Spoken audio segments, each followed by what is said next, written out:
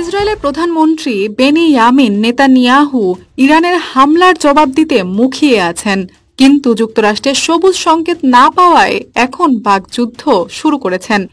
শনিবার জাতির উদ্দেশ্যে দেওয়া এক ভাষণে ইরানে হামলা চালাতে নিজের প্রতিশ্রুতি পূর্ণ ব্যক্ত করেছেন নেতানিয়াহু।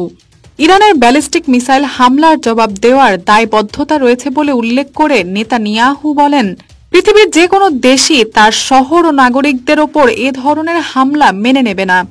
ইসরায়েলও এর ব্যতিক্রম নয়। নেতানিয়াহু বলেন, তাদেরও আত্মরক্ষার অধিকার রয়েছে। গেল সপ্তাহে লেবাননেও স্থল অভিযান শুরু করে মধ্যপ্রাচ্যের এই বিস্ফোরা দেশ। গত মঙ্গলবার ইসরায়েলকে লক্ষ্য করে প্রায় ১৮০টি ব্যালিস্টিক মিসাইল ছোড়ে ইসলামী প্রজাতন্ত্র ইরান। হামলায় ইসরায়েলের বেশ কয়েকটি বিমান ঘাঁটি ক্ষতিগ্রস্ত হয়েছে। এখন ইরানের সেই হামলার বদলা নিতে চাইছেন বেনিয়ামিন নেতানিয়াহু। এদিকে ইসরায়েলি সংবাদ মাধ্যম পাবলিক ব্রডকাস্টিং কর্পোরেশন জানিয়েছে, সেনাবাহিনী ইরানের মিসাইল হামলার শক্তিশালী জবাবের পরিকল্পনা করছে। যদিও তাদের মিসাইল আমাদের বড় কোনো ক্ষতি করেনি, কিন্তু এই হামলার জবাব অবশ্যই দিতে হবে।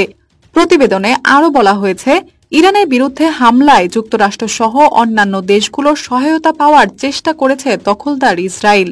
ইরানে হামলার পরিকল্পনা ঠিক করতে চলতি সপ্তাহে ইসরায়েলে যাওয়ার কথা রয়েছে যুক্তরাষ্ট্রের কমান্ডার জেনারেল মিখাইল কুরিল্লার। এদিকে গত ৩ অক্টোবর এক সরকারি সফরে কাতার সফর করেন ইরানের প্রেসিডেন্ট মাসুদ পেজেশকিয়ান।